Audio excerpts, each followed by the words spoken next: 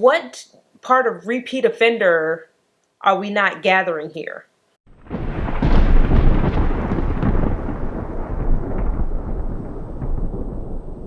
Hey y'all, welcome or welcome back to my channel. My name is Janae, if you didn't know, and today's video is another true crime episode. So if you're ready, let's go. Okay y'all, so before we even start this video, I really want to apologize to my subscriber BG because first of all, I called her the wrong name in my last video, and second of all, I called her a whole man. She is a lady, and I'm sorry girl, I'm sorry. I also want to say hey to all of my new subscribers because we have reached 726 as of today. Welcome, welcome, welcome. I really think that's all I got to say before this case. I'm not going to show y'all my nails because they're busted. And yeah, so let's just go ahead and get right into the case. And y'all, today's case is one of those cases that pissed me off. Today's case is one of those cases that never should have happened. Now, while I do feel like all of the cases should have never happened because, like, why are we killing people and they're no threat to your life, right? This one really could have been prevented, I guess is what I'm trying to say. And y'all will see as I continue to tell the story why I said that, but like, justice system, we must do better. We got to do better, okay?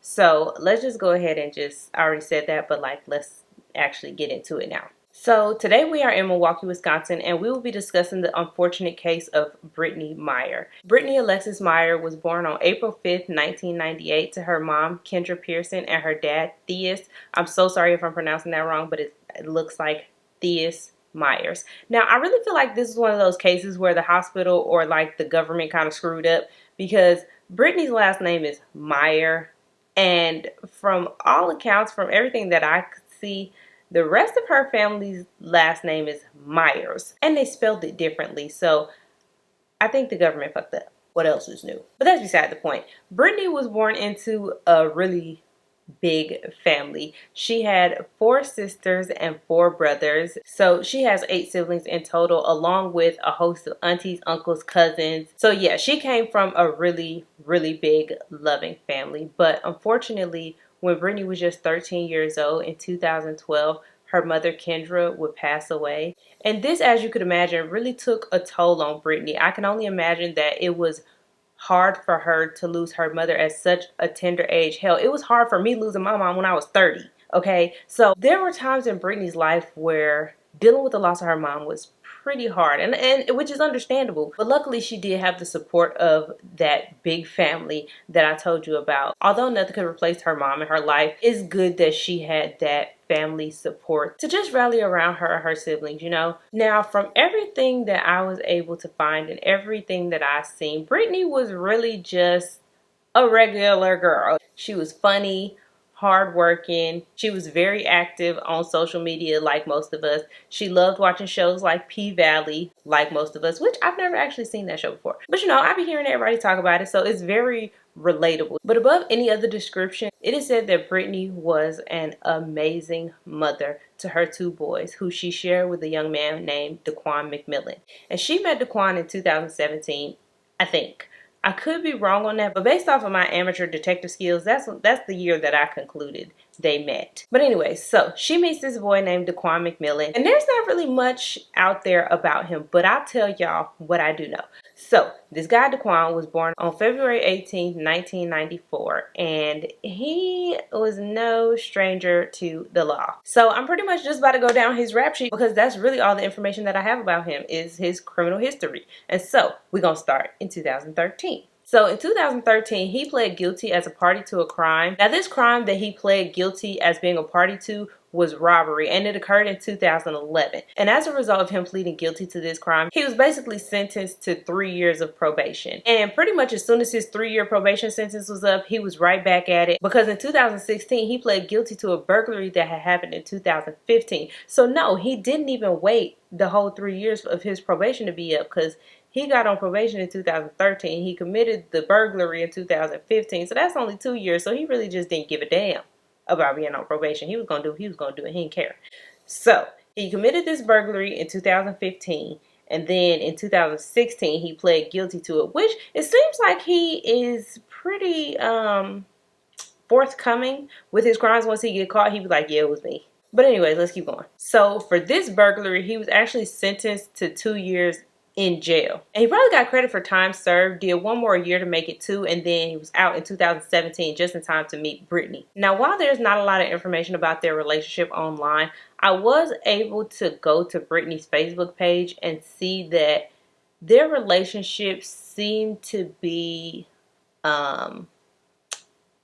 toxic, but throughout its toxicity, something good did come of it. And in July of 2018, Brittany would give birth to her and Daquan's first child, which was a little boy. And not too long after that, in August of 2019, they would welcome their second child, who was also a little baby boy. Now, like I said before, the relationship between Brittany and Daquan was very toxic, mostly because Daquan kept cheating on Brittany. And Brittany knew that this wasn't a relationship that she needed to stay in or that she just wanted to be in. She loved her boys too much, and she knew that the relationship that she and their father had together wasn't something that she wanted them to be a part of. She had already been dealing with a lot, but during Brittany's second pregnancy, she found out that Daquan had been cheating on her while she was pregnant. And understandably, she was absolutely heartbroken. She couldn't understand how you could be out with somebody else while she's literally pregnant with your child. This is your legacy, your seed that she is carrying, and you out here with the next female. Like, it didn't make sense to Brittany, and it hurt her to the core, as it should, because this is a life she's bringing into the world, not for him, like not for Daquan per se, but like for you. And you got the nerve, the something gall, because I don't know that word. Is it unmitigated? What is it? What is unmitigated? Is that even right? I don't know. But he had that gall to do this to her. Like, how dare you? And this would be one of the many times that Brittany tried to get out of the relationship. Like, she was done. She didn't want it no more. She couldn't deal with that heartbreak. She was tired of being hurt. She was tired of being cheated on. She had 2 kids now. Like, she had to live for them and not for him. And she tried to leave the relationship, but unfortunately she was just caught in a cycle that was a revolving door of leaving and going back. But on September 30th, 2019, Daquan would take it too far. Brittany would write on her Facebook, and she would say, "At this point, Mother Effers went too far. I simply walked away. Mother Effers didn't have to touch me, period. I guess Mother Effers get mad when I find shit out. At this point, Mother Effers show how they felt. Mother Effers ain't care about me or my feelings. I've been there since day one, but I'll be damned if I keep allowing someone to hurt me constantly. It's not healthy." And then later on that same day, she would write, "I have to go to work with a swollen eye and scratches all around my neck because Mother Effers couldn't handle the truth of me simply walking away from the problem." So based off of what she said, I really couldn't tell if that was the first time that he had physically assaulted her or if that was the first time that he had choked her. Either way, you could clearly see that she wanted to leave the situation, but in trying to leave, she was physically assaulted. Now, the relationship would continue back and forth for the next couple of years, but like I said before, it was very evident that Brittany knew that the relationship was toxic and that she needed to make an exit. And I know I keep reiterating the fact that she clearly wanted to leave the relationship, or she clearly wanted to get out of the relationship, because a lot of times it's very, very easy for people to say she should have just left. And I really just want to make it known that she was trying, that she knew this was something that she needed to get out of, and that she was actually putting forth some type of effort to get out of the situation. And that was made very clear by Brittany herself in messages that she was sent to her friend later on in 2020. It was September 7th, 2020, and Brittany wrote to one of her friends, "Girl, it's so much going on. I'm about to leave my baby daddy and just say F it. MFers want to constantly lie. I feel like he cheating, and when I feel that way, I'm always right." And her friend really just was trying to be encouraging, letting her know, like, you got to do what's best for you and your babies. Don't settle for less, especially when you know what you're worth. Like, her friend was really just trying to be very encouraging to her. And Brittany replied saying, "Period, but no BS. I'm most definitely gonna do what's best for me. As much times when I tried to leave, he wouldn't let me, but this time I'm not going for it because the shit that's going on is too much and I've been dealing with it too long and my heart can't take all that. No BS." And so once again, Brittany has verbalized that she wants to get out. She has verbalized that she has tried to leave this man, and she has also said that he will not allow her to leave. And unfortunately, she was caught in this revolving door of abuse. And on June 13th, 2021, Brittany would write her final post on Facebook, and it said, "I'm too young to go through this shit that I've been going through lately. And now I'm just ready to give up at this point," with a shrugging emoji and an exclamation point. And it was just so sad to read that, knowing that on that same day, her life would be taken. So like I said, it's June 13th, 2021, and police were called to a scene near 21st and Galena where a woman had been reported to be shot. Now, I don't know if she was pronounced dead at the scene or if she was taken to the hospital where she passed away there, but the young woman was identified as Brittany, and she unfortunately did not survive her wounds. And I don't have a lot of details regarding Daquan's capture because there is very little information about this case online. Everything that I have found regarding Brittany, I had to find via her social medias, and everything that I found out about Daquan was literally just his criminal history. So yeah, I don't know the details of his capture. I don't know if he turned himself in. I don't know if he went on the run, if he was even caught the same day. Like, no clue.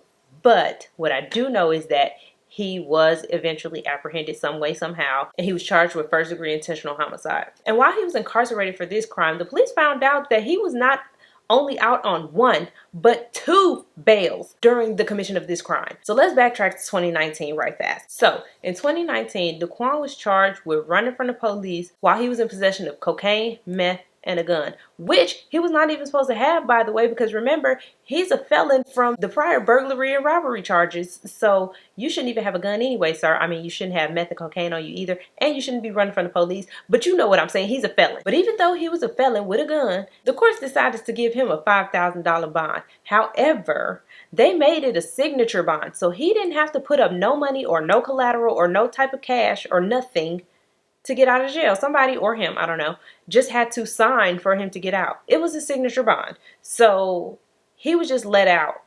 Just let out. And then while he was out on bail on that charge, he assaulted Brittany in November of 2020. It said that he punched her in the face, pulled her hair, and choked her until she passed out. And when he was arrested for this, he was charged with strangulation, battery, and bail jumping, because obviously the assault of Brittany was in violation of his terms of release for his first, signature bond, right? But do you think that Daquan stayed in jail? Do y'all think that Daquan had to stay in jail for this assault on Brittany? No, you can't think that, because if he did, I probably wouldn't be here telling y'all this story right now. And if y'all couldn't tell, this is the part that's really kind of like getting to me. Because do y'all know this man was let out on a $250 bond this second time for this assault? Not $250,000. Nope. I said $250. He was let out. And just 7 months later is when he killed Brittany. Why wasn't he in jail? Hello, Milwaukee County. He clearly don't care about the terms of his, being released or whatever. He don't care that he's a felon. He don't care that he's out on bail. He's still out here attacking people. He's still out here committing crimes. Like, what part of repeat offender are we not gathering here? I just don't understand. I don't understand. I don't get it. In any event, I don't really even recall if he went to trial or if he pled guilty. But either way, whichever way it went, whether he pled guilty or he went to trial, he was sentenced to life in prison. And so, I mean, good for you now, but like, why did it have to take this for him to stay in jail? Brittany should still be alive. Those children should still have a mother.